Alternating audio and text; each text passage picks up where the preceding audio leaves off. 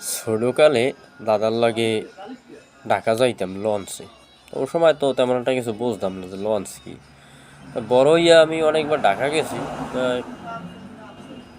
আমি লঞ্চে যাওয়ার ইচ্ছা জাগে নাই, আমার লঞ্চটা ভালো লাগে নাই, কারণ মনে হয়েছে যে লঞ্চ অনেক ঝামেলা, যাইতে তার সাথে গাড়িতে যাওয়াই ভালো।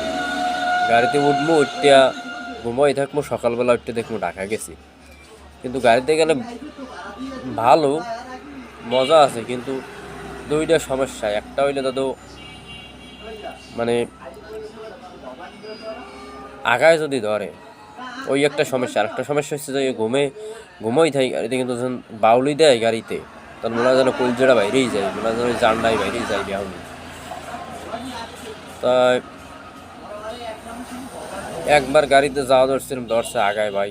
এখন যাত্রা কি আর শুভ আছে? যাত্রা তো অশুভ হয়ে গেছে।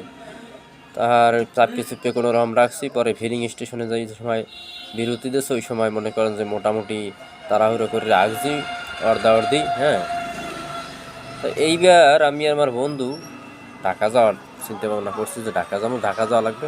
চিন্তা করলাম লঞ্চে যাই। তো লঞ্চে উঠছি, উঠতে বেশ ভালোই, মানে বিছটা টিছটা খাতার কাটটি নাই, খাতা কথা কিছু নিই নাই।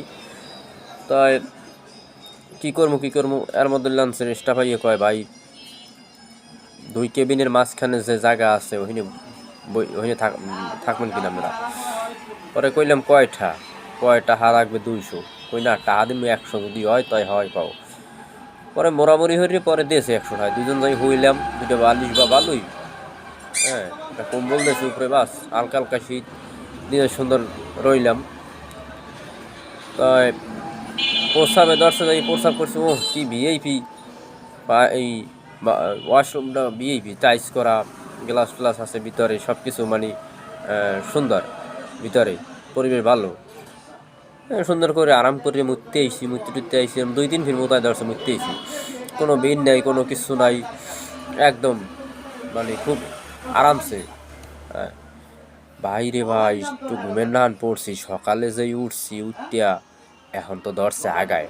তা আমি চিন্তা করছি যে লঞ্চে তো ভিআইপি, মানে ভালো ওয়াশরুম যাই আজ্ঞা, মানে কোনো অসুবিধা নাই।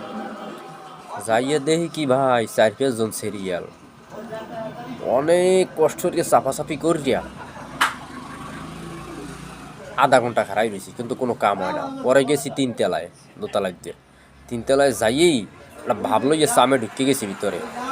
ঢুকে যাইয়া মানে আরামসে তো কাম হারণ্যে কোনো কায়দা নাই, কারণ আরও সিরিয়ালে মানুষ আছে, একদিকেও চাইতে। যেই আমি ঢুকছি ভাই, এর মধ্যেই বাইরের দেখজনে কইতেছে, ভাই একটু তাড়াতাড়ি বাইরে আন, বাবু খাড়াই রয়েছে, বাবু যাইবে, বাবুরে নিয়ে আস। ভাই কি মানে অসুবিধার মধ্যে পড়ে গেছে। মোটামুটি তারা কাম সারিয়ে বাইরে আইসি। হ্যাঁ, যাই মোটামুটি হয়েছে, তো হাসছি তো কাম। এখন লঞ্চে কিন্তু নামিয়ে গেছি। নামিয়ে যাওয়ার পর নাস্তা করছি, করার পর পেটটার মধ্যে মোসর করে এটা মরতেছে, মোসর দিয়ে ধরছে আগায়, বেড়ে ব্যথা উঠছে। এখন কিরম, ঢাকা শহর, পায়খানা তো নাই। কমে যাবো, ওই হাসপাতাল বিরছেই, মসজিদের পায়খানা বিরছেই, কোনো জায়গায় কোনো কিছু নাই। বাসা অনেক নিচ খোলে না যে কমু।